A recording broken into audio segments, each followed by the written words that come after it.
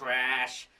You know, I can actually enjoy quite a few of the things I review on this show and take joy in ripping on them. But then there are times when it's painful because of how much I dislike a particular work, especially when it's from a series I enjoy. Law & Order Special Victims Unit is a bit of a guilty pleasure of mine, particularly because its reruns once aired late nights on a local station at a time I was always winding down. I've always wondered just why this show is such a hit, and I think it's because people who commit sex crimes are possibly the most despicable people in the world, so there's a real desire to have them see justice, and a show about doing just that draws us in. Also, this spin-off of the original Law & Order series added a bit more human element by focusing more on the personal lives of its characters. However, the later seasons may have taken that too far and caused the show to divert itself from what the franchise was usually about.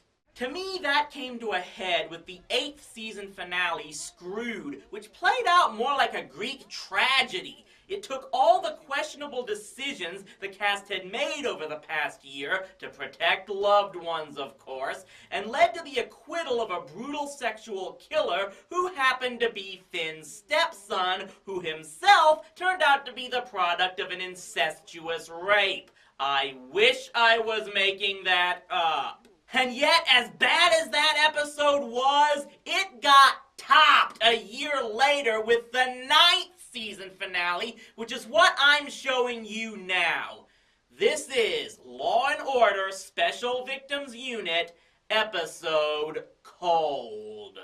The episode opens in Philadelphia, where Detective Chester Lake is discussing a cold case with a Miss Penelope Fielding. Re-interview any witnesses. There weren't any. That's not exactly true. There was one. And you just know most of the viewers wished he was instead talking to Lily Rush. Cut to Casey Novak at a dinner party being wooed by another lawyer to join their firm defending corporate cases. No more late night calls. No more rape victims and dead kids. How do you sleep at night? I don't. For those who don't know, Diane Neal's character was the 2nd district attorney directly signed to special victims cases. She replaced Alex Cabot when Stephanie Marsh left the show, where Cabot had to fake her death and go into witness protection. It was actually one of the better ways to write off a character in the entire franchise, in my opinion. Remember that. It will be important later. Casey gets a call along with Stabler and Benson to discover a fellow officer has been shot and Lake is both wounded and accused of the crime. By the way, Detective Lake was an addition to the cast in that season 8 finale, and it seems like the viewers never really warmed up to him. I'm guessing it's because he became Finn's partner, which meant less of Munch in the show. Really, Munch is one of the best L&O characters out there, and it really bugs me how we get less of his crazy banter in the later years. He doesn't even really do much in this episode, only provides bits of information as if the writers just threw him in because it's the finale and they wanted to remind people that, yeah, Richard Belzer's still here. Of course, I can also understand why people wouldn't like him if he frequently acts like he does in this episode, which is a complete idiot. He invokes a rule that forbids Benson and Stabler from questioning him for 48 hours. You go down this road, there's no coming back. You interrogating me, detective? No. I'm watching you drown. Their subtle attempts to do so also infuriate Novak because she also ordered them not to question Lake. How are we supposed to put this down when most crimes are solved within the first 48? You know what? That's not my problem. So you either follow orders or just stay out of the way. What she's going to do later in this episode only makes me want to vomit more from that speech. SVU discovers that Lake had been talking with the group in Philly about his first case from 10 years ago, an unsolved rape homicide in which the dead cop, Ed Kralik, was a responder. Meanwhile, Lake flees the hospital, and Stabler's first reaction is to get Finn's phone records to make sure he didn't tip him off. I'm sure Finn will take that well. Dumping my phones was a bitch move, Stabler. Yeah, I called him. I didn't think he'd run. You should have stayed out of it. Take it easy. He's my partner. I'm also sure gas prices will drop below $3 by the end of the year. With Fielding's help, SVU suspects that Kralik was actually the rapist killer from his case. A virtual crime scene unit determines there was a third shooter, completely trumping Fielding's earlier whining that they wouldn't get to it in time, and Benson Stabler determined that Lake is out to protect the victim's old friend, Celia Cruz, who was also raped. So again, let's connect the dots as to what's happened. Lake determines that one of the cops who reported his first rape case actually committed the crime and went to confront him alone, only to get ambushed, and now that he's accused of murder, he refuses to tell his partners, which would help clear his name and protect the other victim and track down the other perp cop, and instead chooses to go on the lam and more or less kidnap the victim. Lenny Briscoe is turning in his grave, and I don't think he was even dead yet when this episode aired. There's no good reason as to why Lake would refuse help from the rest of SVU other than him having the guilt of this being his first case, Cruz being an illegal alien, or him simply not trusting the rest of SVU who have gone way beyond the call of duty to protect each other in the past. It's almost like they're intentionally trying to make him look like a moron in case this is his last episode and we won't miss him anymore. Gee, what are the odds of that happening? ESU has Lake pinned in an abandoned building. FAT pinpointed their location, but with the hostage, it's our op now. Hey, get your ass back here! Hold on. You don't give a damn if it's his long-lost brother. Want this takedown to go blood-free? You let him work. An ultra-dramatic hostage situation, cold cases with a connection to Philadelphia. NBC, why don't you just admit you're jealous of CBS's lineup and get it out of your system? Kralik's shadow during his academy days was Thomas Crane. Excessive force, sexual abuse, intimidation. What's his present assignment? The fugitive apprehension team.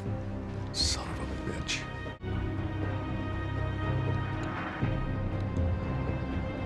Squeeze that trigger. You'll be dead before the slug leaves the pipe.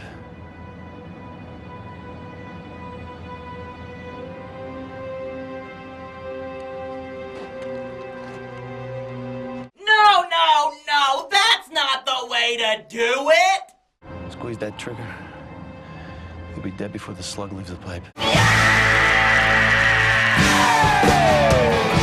And that basically answers the question of what Law and Order would be like if it was produced by Jerry Bruckheimer. However, all of that would still not be enough to make this episode worthy of a review.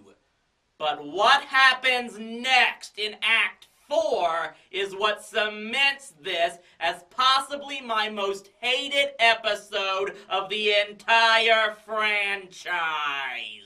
It all hinges around the victim's old rape kit having been damaged in a flood years ago. Because of that, even though DNA identifies the second rapist as Crane, it's degraded and thus a risk of reasonable doubt. And because Celia's an illegal alien, the jury has to doubt her testimony because too many of them apparently watch Bill O'Reilly. When the defense gets these lab reports, they might have enough for reasonable doubt. Can you live with that? If I have to, because I sure as hell won't risk my reputation for a verdict we didn't earn. It's so nice to know how much Novak is dedicated to going by the book.